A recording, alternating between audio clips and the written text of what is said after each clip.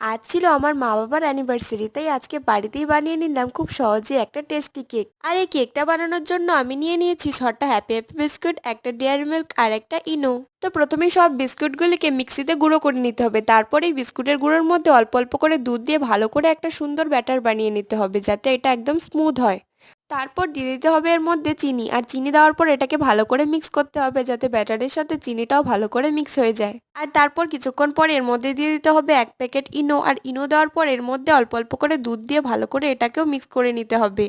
তো দেখো আমার ব্যাটার কিন্তু একদম তৈরি হয়ে গেছে। তারপর অন্যদিকে একটা কুকারের মধ্যেই বেশ খানিকটা লবণ দিয়ে এর মধ্যে একটা লোহা বসিয়ে দিতে হবে, আর এটাকে 10 মিনিট প্রিহিটের জন্য রেখে দিতে হবে। তারপর একটা দস্তার বাটির মধ্যে একটা বাটার পেপার দিয়ে এর সাইডে সাইডে কিন্তু অল্প অল্প তেল লাগিয়ে নিতে হবে।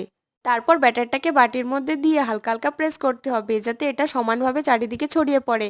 আর তারপর প্রিহিট করা কুকারের মধ্যে এটাকে 30 থেকে 40 মিনিট পর্যন্ত রেখে দিতে হবে। তারপর একটা চকলেটের ব্যাটার বানানোর জন্য এর মধ্যে আমি নিয়ে নিয়েছি অল্প একটু ডেয়ারি মিল্ক আর অল্প দুধ।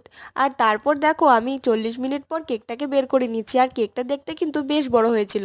তারপর কেকের উপরে চকলেটের ব্যাটারটাকে দিয়ে ডেকোরেশনের জন্য এর উপরে দিয়ে দিলাম অল্প বাটার বিস্কুটের গুঁড়ো, আর ওপর দিকেও কিন্তু কয়েকটা ডেয়ারি মিল্কও বসিয়ে দিয়েছিলাম এর মধ্যে। তো আমার কেকটা তোমাদেরকে কেমন লাগলো কমেন্টে কিন্তু অবশ্যই জানাবে। আজকের ভিডিও এই পর্যন্তই, আজকের মতো টাটা।